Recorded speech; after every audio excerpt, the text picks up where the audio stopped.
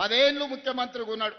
నేను ఇక్కడ ఉన్నోళ్ళని అందరిని అడుగుతున్నా, డబుల్ బెడ్రూమ్ ఇల్లు ఇస్తా అన్నాడు కదా, మీకెవరికైనా డబుల్ బెడ్రూమ్ ఇల్లు వచ్చిందా? ఇక్కడ వేలాది మంది ఉన్నారు కదా. అందుకే ఆయన ఎన్నికలప్పుడు చెప్పిన, ఏ ఊర్లో డబుల్ బెడ్రూమ్ ఇల్లు ఇచ్చినావో నువ్వు గా ఊర్లో ఓట్లు అడగాలి.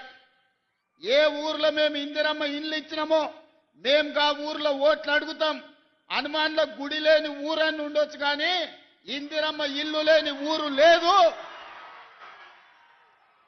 ఏ ఊర్లైనా గుడైనా బడైనా తాగనిక నీళ్ళ ట్యాంక్ అయినా ఇందిరమ్మ ఇల్లైనా మనమిచ్చిందే. ఇక్కడికి వచ్చిన వాళ్ళు గుండె మీద చేసుకొని ధైర్యంగా నిలబడి చెప్పొచ్చు. ఇవాళ వాళ్ళని అడుగుండ్రి, ఏ ఊర్లో డబుల్ బెడ్రూమ్ ఇల్లు ఇచ్చిండ్రో చూపియమనుండ్రి, ముఖ్యమంత్రిగా నేనే వస్తా.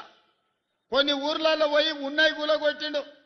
వాళ్ళకి ఇక చెప్పిండయా ఊరిచ్చిండంటే వరంగల్లోనే మీ కాలనీ మొత్తం అసలు గుడిసెలు ఏముండవని మొత్తం కాలనీ ఊడగొట్టిండు. ఏమైంది? చివరికి ఇల్లు వీకి పందిరేసుకున్నట్టు బజార్ పాలైంది వాళ్ళ బతికే ఆయన నమ్ముకుంటే.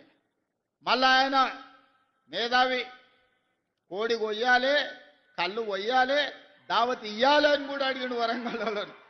పాపం మంచోళ్ళే, తెలుగు కల్లోలే వరంగల్లో, కానీ ఆయన మాయమాటలు పడి మోసపోయింది. కోడి వెంచి ముదిరిపోయింది. లాస్ట్కు ఎవరెత్తుకపోయారో ఆ కోడిని కానీ ఇవాళ పేదోళ్ళ దగ్గర ఇల్లు ఇయ్యలే.